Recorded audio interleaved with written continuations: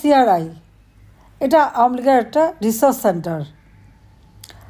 আমাদের প্রথমে যেটা ছিল 2001-এ খালেদা জিয়া ক্ষমতা এসে সেই সিআরআইতে অপারেশন ক্লিন হার্টের নামে সেখানে সেনাবাহিনী পাঠিয়ে আমাদের সেই অফিসটার থেকে সেই 300 ফাইল, নগদ টাকা, বই যা কিছু ছিল সব সিজ করে নিয়ে সেটা তালা দিয়ে দিল, আমাদের রিসার্চ করতে দেবে না। আবার একই ঘটনার পুনরাবৃত্তি ইউনূস এসে সেখানে আরও এক দফা আগুন দিয়ে পুড়িয়ে দেওয়া হলো সব কিছু। আবার আগুন দিয়ে পুড়িয়ে দিয়ে আবার আজকে দেখলাম যে সেখানে নাকি মামলা দেওয়া হয়েছে ট্রাস্টি যারা তাদের। কেন? তারা নাকি ট্যাক্স দেবে না, ট্যাক্স ফাঁকি দেবে। তা এনবিআরের কাছে নাকি আবেদন করেছিল। হ্যাঁ, আবেদন তো সবাই করেছিল, কিন্তু সিআরআই তো ট্যাক্স মওকুফ পায় নাই। এখানে আমার একটা কথা আছে, ইউনূস এই ট্যাক্স ফাঁকির কথা মুখে বলে কী করে? তার লজ্জা করে না? সে কি ট্যাক্স দিয়েছে নাকি? ইউনূস তো সবসময় ট্যাক্স ফাঁকি দিয়েছে। সে তো প্রত্যেকটা জায়গায় তার যে বিশাল অর্থ এবং এই অর্থ আত্মসাৎ করা, গ্রামীণ ব্যাংকের নামে যত টাকা এসেছে সব টাকা দিয়ে সে কোম্পানি খুলেছে। ট্যাক্স পেয়াররা টাকা দিয়েছে, তারা প্রশ্ন করেছিল, এবং উত্তর দিয়েছে ওই কোম্পানি খুলে নাকি গরিবের সাহায্য করে। কে সাহায্য পেয়েছে? কেউ সাহায্য পায়নি।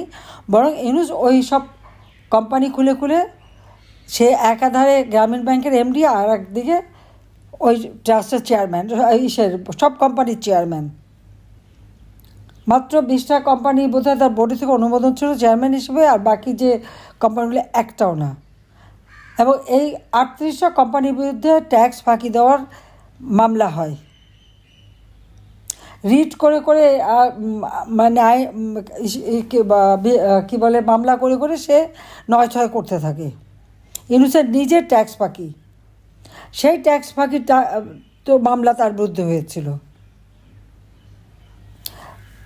ইউনূসের যে পরিমাণ টাকা, সেটা একটা হিসাব আমি এখন না বলে পারছি না, সে আমাদের উপরে এইভাবে দোষারোপ চালায়।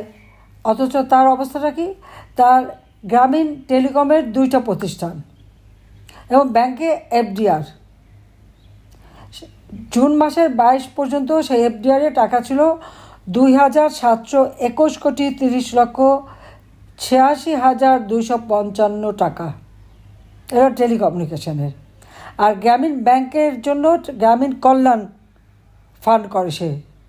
এই কল্যাণ ফান্ডে টাকার পরিমাণ 2,253,30,96,96,687 টাকা, অর্থাৎ 4,974,61,82,942 টাকা।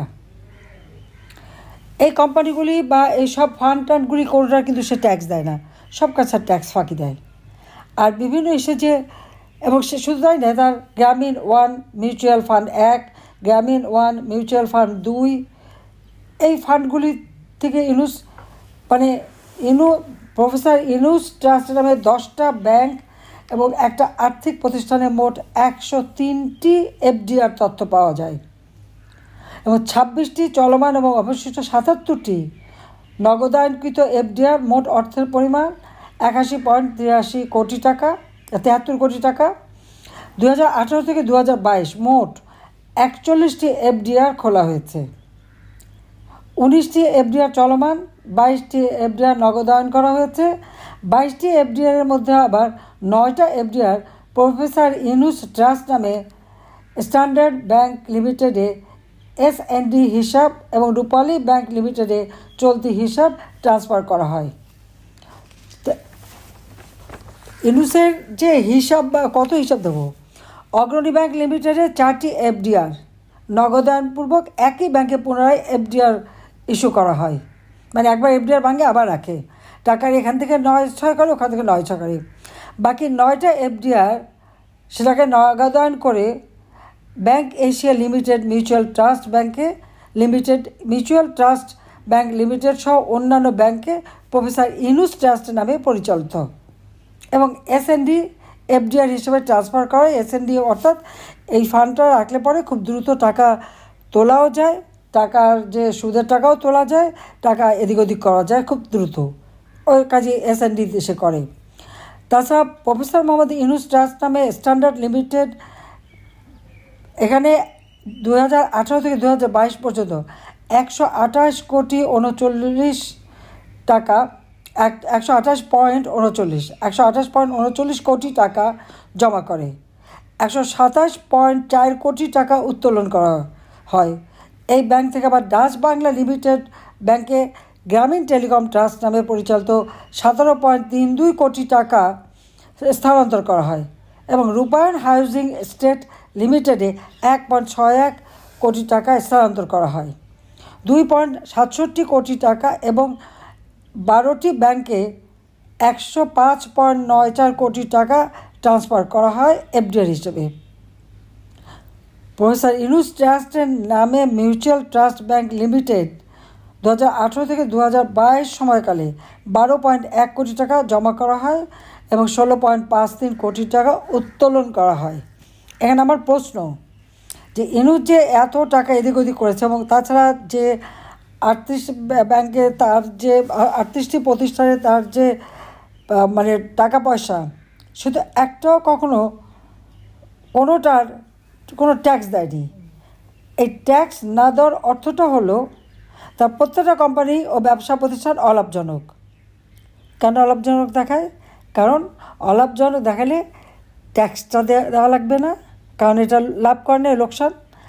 আর সেই সাথে সাথে প্রত্যেকটা কোম্পানির প্রফিটের 5% শ্রমিকের কল্যাণ ফান্ডে দিতে হয়, সে টাকাও সে মেরে দেয়।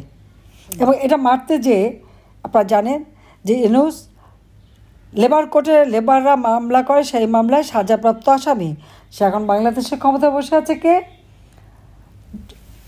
শ্রমিকের অর্থ আত্মসাৎকারী ডক্টর মোহাম্মদ ইউনূস। লেবার কোর্টে দণ্ডপ্রাপ্ত তিনি এখন ক্ষমতায় বসে আছেন বাংলাদেশে। কাজে এই লোকটা ক্ষমতা আসার পর দেশের উন্নতিটা কেন হবে, কীভাবে হবে বলতে পারেন আপনারা? তা আজকে বাংলাদেশে আওয়ামী লীগের সকল নেতাকর্মীর বিরুদ্ধে সে একের পর এক মামলা দিয়ে যাচ্ছে, সমানে মামলা দিয়ে যাচ্ছে। আবার আমরা কি ট্যাক্স মওকুফ চাইলো কেন, সেটা অপরাধ। তাহলে ইউনূসকে আমি জিজ্ঞাসা করি, গ্রামীণ ব্যাংক এবং সংশ্লিষ্ট সকল প্রতিষ্ঠানের ট্যাক্স দেশে 5 বছর না মাফ করে নিয়েছে, এবং তার বিরুদ্ধে যত মামলা ছিল ট্যাক্স ফাঁকি দেওয়ার, যে 38টা কোম্পানির ট্যাক্স ফাঁকি দেওয়ার মামলা, এ তো সমস্ত মামলার মানে নাম্বার সহ আমার কাছে আছে। তো সেটা সে যে করলো কী হিসেবে? নিজে ট্যাক্স কখনো দেবে না। 666 কোটি টাকা ট্যাক্স মামলার রায় হবার কথা 6ই আগস্ট। 5ই আগস্টের মধ্যে এমন একটা সিচুয়েশন তৈরি করলো, তারপরে ক্ষমতা এসেই সব ট্যাক্স তার মাপ।